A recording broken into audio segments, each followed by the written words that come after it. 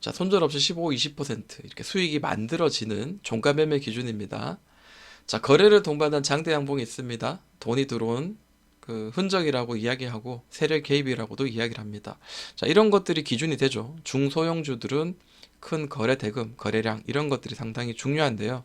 자, 포스코 인터내셔널 이런 경우에도 상한가가 나오기도 합니다. 그만큼 굉장히 강하게 큰 돈이 몰리면서 강하게 들어올리는 이런 흐름들이 나오는 이런 그 흔적들이 있는데요. 이 흔적들을 우리가 무작정 따라다닌다고 한다면은 수익 날 경우도 있지만 손실 날 경우도 있죠. 그러면은 성공률이 높지 못할 경우가 많습니다. 그럼 우리가 어떻게 하면 좋을까 고민을 한번 해보면 일반적으로 거기다가 가격의 조정을 준 자리 그리고 주요 지지 가격이 이탈하는 자리 이런 자리들이 같이 부합이 될 경우 수익 날 확률은 훨씬 높아진다는 겁니다.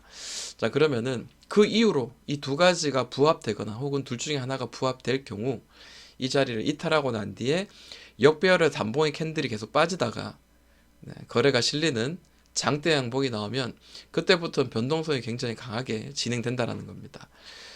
차트를 보면서 한번 설명해 드릴게요. 자, 고점이 어느 정도 만들어졌어요. 충분히 이제 상승을 만들고 난 뒤에 가격의 조정이 이제 만들어집니다. 네, 여기서부터 40% 정도. 40%가 정확한 정답은 아닙니다만 평균치를 보니까 대략 한 40% 정도 빠지니까 어느 정도 다시 반등이 나오는 구간들 나올 경우가 상당히 있다라는 거죠. 저는 이런 자리를 이제 파란 박스로 한번 실어 놓겠습니다. 자, 이런 자리를 이탈하는 거를 먼저 한번 보자라는 건데요. 물론 이런 자리 이탈하지 않고 쌍봉을 그리는 경우도 많습니다만 일단 이 기준에 부합을 하는 주가를 한번 보도록 할게요. 자, 주요 지지하는 가격이 이탈되고 그다음 40% 가격 조정을 충분히 줬습니다. 역배열로 계속해서 빠지고 있습니다. 자, 그러다가 자, 땅 터지는 이 캔들이 보이시죠? 거래가 실리면서 대략 몇 퍼센트죠? 21.56%입니다. 자, 우리는 이거 기준봉으로 삼을 수 있습니다. 이런 경우에 이 캔들의 시초가, 즉 바로 전날에 캔들을 갭을 메우는 자리에 선을 그어두거나 혹은 이 캔들의 종가 뭐 이런 자리에 선을 그어도 좋고요. 그리고 이 캔들의 그 제일 가장 많이 올랐던 이 자리들 그리고 바로 직전의 고점 그리고 지지하는 특정한 자리를 매물대로 이렇게 보고 이쯤에서는 한번 수익을 실현하는 자리로 한번 보는 거죠. 자, 주가는 어떻게 움직이는지 보겠습니다. 잠시 휘둘리다가 눌림을 줍니다. 거래가 실리고 난 뒤에 거래가 죽으면서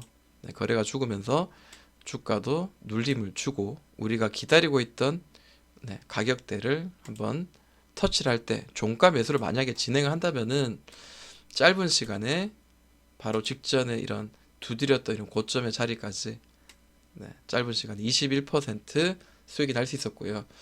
좀 더 이 꼭지까지를 만약에 봤다면은 대략 한 28% 정도 열려있던 이런 구간이었습니다. 한 달 정도 되지 않았죠? 네, 이런 느낌으로 큰 변동성이 만들어지는 구간입니다. 이런 구간입니다. 자, 이 변동성의 이 파동을 보니까 우리가 알 수 있는 게 이 기준봉의 하단에서 혹은 시초가 무렵에서 샀을 경우에는 우리가 매수했을 경우 수익 나기엔 유리한 자리였고요. 그리고 적당히 올려낸 자리들은 수익을 실현하기 좋았던 자리였던 걸로 보여집니다. 자, 우리는 이렇게 무수히 많은 이런 기준을 몇 가지 이런 기준을 가지고 매매했을 경우 성공률이 엄청나게 높은 뭐 이런 그 기준을 가지고 수많은 종목들에 우리가 대입을 하고 그리고 이런 기준들을 계속해서 업데이트를 해 왔었습니다. 자, 실시간으로 매주 금, 토일 시간 날 때마다 저녁에 이제 같이 스터디 그룹을 하니까요. 참여 가능하신 분들은 같이 들어오셔서 소통하시고 인사하시고 같이 공부하면 좋겠습니다. 자, 그런데 만약에 시간이 안 되시면요, 뭐 괜찮습니다. 업로드된 영상도 많이 있으니까 참고하시고 그동안 올렸던 700개 되는 거의 700 가까이 되는 그 영상들을 영상이 아니라 종목들을 보시면은 한번 공부해 볼 만한 가치가 있겠구나 뭐 이런 것들을 한번 느끼게 되실 겁니다.